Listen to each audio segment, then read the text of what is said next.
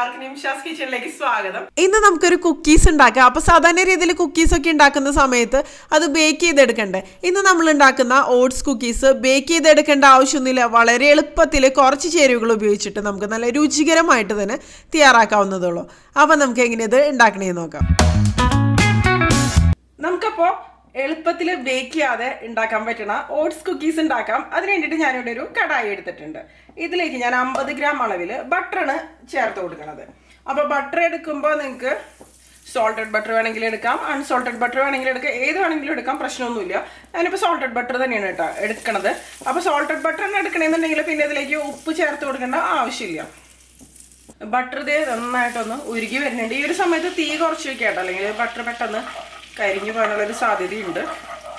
ഇപ്പോൾ ബട്ടർ നല്ലപോലെ ഒന്ന് ഉരുകി വന്നിട്ടുണ്ട്. ഇനി ഈ ബട്ടറിലേക്ക് നമുക്ക് അരക്കപ്പളവിൽ പാൽ ഒഴിച്ചു കൊടുക്കാം. അതൊക്കെ ഒന്ന് ഒഴിച്ചു കൊടുക്കാം. അതിനുശേഷം ഒന്ന് മിക്സ് ചെയ്ത് കൊടുക്കാം. അപ്പോൾ പാലെടുക്കുമ്പോൾ തിളപ്പിച്ച് അതിന് ശേഷം മാറിയ പാൽ വേണമെങ്കിൽ എടുക്കാം, അല്ലെങ്കിൽ തിളപ്പിക്കാത്ത പാലാണെങ്കിലും എടുക്കുക. ഇതിപ്പോൾ തിളപ്പിച്ച് എടുക്കാത്ത പാലാണ് കേട്ടോ ഞാൻ എടുത്തിരിക്കുന്നത്.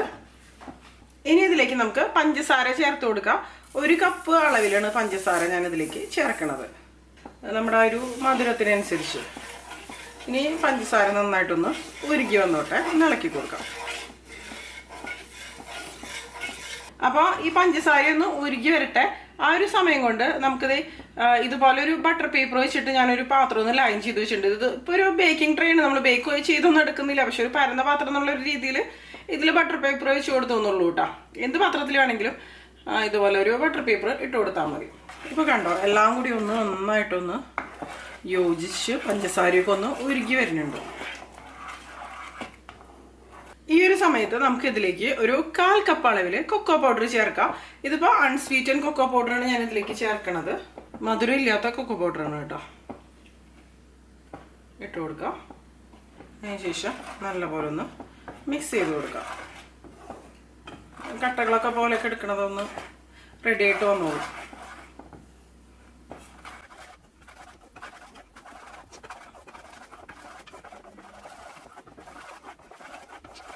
ഇപ്പോൾ ഇതുപോലെ കട്ടകളൊക്കെ പോലെയൊക്കെ എടുക്കുന്നില്ലേ, അത് നമുക്കൊരു വിസ്ക് ഉപയോഗിച്ച് നന്നായിട്ടൊന്ന് മിക്സ് ചെയ്ത് കൊടുക്കാം.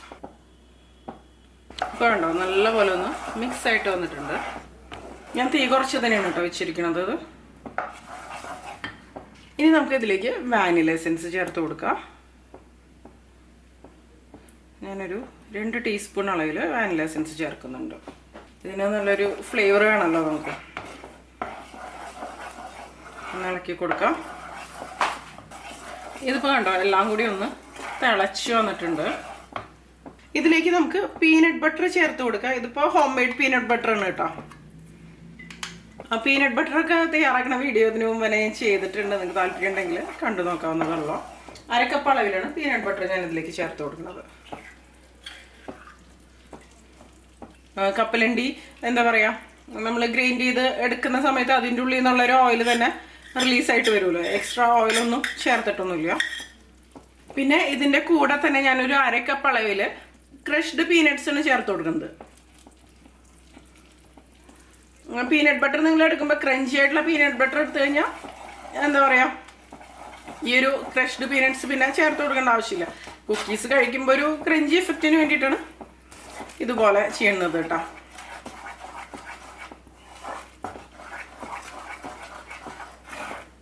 എല്ലാം കൂടി നന്നായിട്ടൊന്ന് മിക്സ് ചെയ്ത് കൊടുക്കാം. ഇപ്പോൾ കണ്ടോ, ഇത് നല്ല തിക്കായിട്ട് ഇതുപോലെ മാറിയിട്ടുണ്ട്. ഇതൊന്ന് ടേസ്റ്റ് ചെയ്ത് നോക്കാം കേട്ടോ, മധുരമൊക്കെ ഉണ്ടോയെന്ന്. ഇതുപോലെ ഒന്ന് തിക്കായിട്ട് വരുന്ന ഒരു സ്റ്റേജിൽ നമുക്ക് ഇതിലേക്ക് ഇനി ഓട്സ് ചേർത്ത് കൊടുക്കണം. അപ്പം ഞാനിവിടെ എടുത്തിരിക്കുന്നത് റോൾഡ് ഓട്സ് ആണ് കേട്ടോ. ഇതിലേക്ക് നമുക്ക് റോൾഡ് ഓട്സ് ചേർത്ത് കൊടുക്കാം. കുറേശ്ശായിട്ട് ചേർത്ത് കൊടുക്കാം.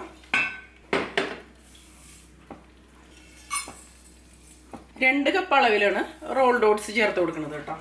ഇനി എല്ലാം കൂടി ഒന്ന് ഇതുപോലെ ഒന്ന് മിക്സ് ചെയ്ത് കൊടുക്കുക. അപ്പം നിങ്ങൾക്ക് ഓട്സ് എടുക്കുമ്പോൾ റോൾഡ് ഓട്സും ഇൻസ്റ്റൻറ്റ് ഓട്സും കമ്പൈൻ ചെയ്തിട്ട് അങ്ങനെ വേണമെങ്കിൽ എടുക്കാം. റോൾഡ് ഓട്സ് തന്നെ വേണമെന്നുണ്ടെങ്കിൽ അങ്ങനെ എടുക്കാം, നമ്മുടെ ഇഷ്ടം കേട്ടോ. എങ്ങനെയാണെന്ന് വെച്ചാൽ ഉണ്ടാക്കാൻ നല്ല എളുപ്പമാണ്. ഇത് ബേക്ക് ചെയ്തെടുക്കേണ്ട ആവശ്യമില്ല, പക്ഷെ നല്ല ടേസ്റ്റിയാണ്. വളരെ പെട്ടെന്ന് തന്നെ റെഡിയാക്കി എടുക്കുകയും ചെയ്യാം. ഇതെല്ലാം കൂടെ ഇതുപോലെ ഒന്ന് മിക്സായിട്ടൊന്ന് വരണം. ഈ ഒരു ഡ്രൈ ആയിട്ടുള്ളൊരു കൺസിസ്റ്റൻസിയിൽ ഇത് വരണം കേട്ടോ. കണ്ടില്ലേ? എല്ലാവിടെയും ഒരുപോലെ ഒന്ന് ഇളക്കി കൊടുക്കാം കേട്ടോ. ഓട്സിൽ നന്നായിട്ടത് കോട്ടായിട്ട് വരണം. കുറച്ച് സമയം ഇതിലിട്ടിട്ട് ഒന്ന് നന്നായിട്ടൊന്ന് ഇളക്കി കൊടുക്കാം.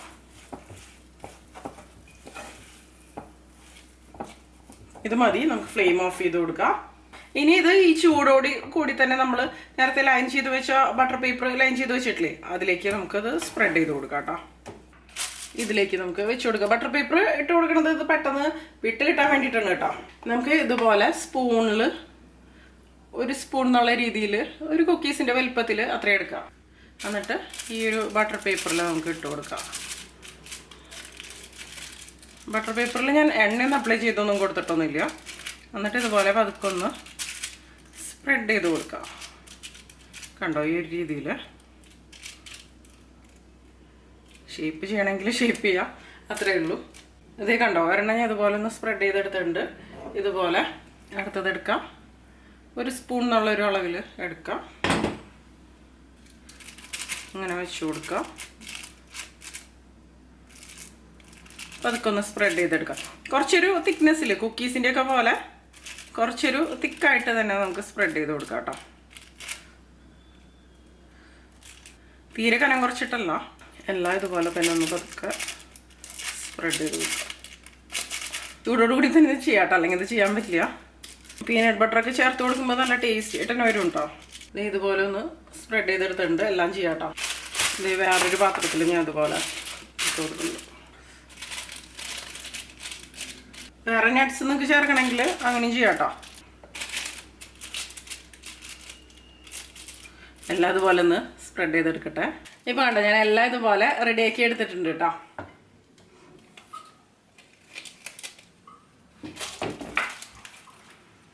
ഇനി ഇത് നന്നായിട്ടൊന്ന് തണുത്ത് വരട്ടെ. അപ്പോൾ ഇതൊക്കെ ഞാൻ കൈവച്ച് ഉരുട്ടിയെടുത്തതാണ് കേട്ടോ. ഉരുട്ടിയതിന് ശേഷം ജസ്റ്റ് പരത്തി അതിൻ്റെ ഷേപ്പിൽ കണ്ടില്ലേ വ്യത്യാസം. ഇതും അതുപോലെ വേറെ ഒരെണ്ണം കൂടിയും ഇതും കൂടെ ഞാൻ അതുപോലെയാണ് ചെയ്തെടുത്തത്. അങ്ങനെ വേണമെങ്കിൽ അങ്ങനെ ചെയ്യാം. പക്ഷേ കുക്കീസ് എന്ന് പറയുമ്പോൾ ഓട്സ് കുക്കീസൊക്കെ ഈ ഒരു ഷേപ്പാണെന്നും കൂടി നല്ലതായിട്ട് എനിക്ക് തോന്നണം. എങ്ങനെ വേണമെങ്കിലും ചെയ്യാം. ഇനി നന്നായിട്ടൊന്ന് തണുത്ത് വരട്ടെ. ഞാനിത് 1 മണിക്കൂർ ഇത് തണുക്കാൻ വേണ്ടിയിട്ട് വെക്കണം കേട്ടോ. തണുക്കാൻ മീൻസ് റൂം ടെമ്പറേച്ചറിൽ തന്നെയാണ്, ഫ്രിഡ്ജിലൊന്നും വെക്കേണ്ട ആവശ്യമില്ല. അതായത് നന്നായിട്ട് തണുത്ത് കുറച്ച് സമയം ഇരിക്കുമ്പോഴാണ് അത് കറക്റ്റായിട്ട് സെറ്റായിട്ട് വരിക. അപ്പം ഇനി തണുത്തതിന് ശേഷം കാണിക്കാം കേട്ടോ. ഇപ്പം കണ്ടോ, ഒരു മണിക്കൂർ കഴിഞ്ഞു കേട്ടോ. ഇതെല്ലാം നന്നായിട്ട് തണുത്ത് വന്നിട്ടുണ്ട്, സെറ്റായിട്ട് വന്നിട്ടുണ്ട്.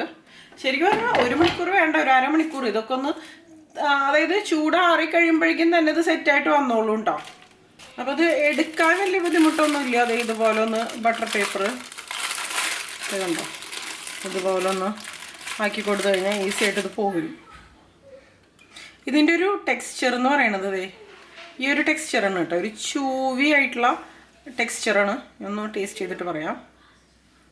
നമ്മൾ സാധാരണ കുക്കീസ് കഴിക്കണ അത്ര ഒരു ക്രിസ്പി ആയിട്ടുള്ളൊരു ടെക്സ്ചറല്ല ഇത്.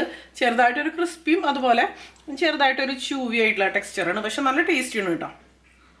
മധുരമൊക്കെ നല്ല പെർഫെക്റ്റാണ്. അതുപോലെ ആ ഒരു പീനട്ട് ബട്ടറിൻ്റെ ടേസ്റ്റും ഇത് നന്നായിട്ട് തന്നെ വരുന്നുണ്ട് ഇതിന്.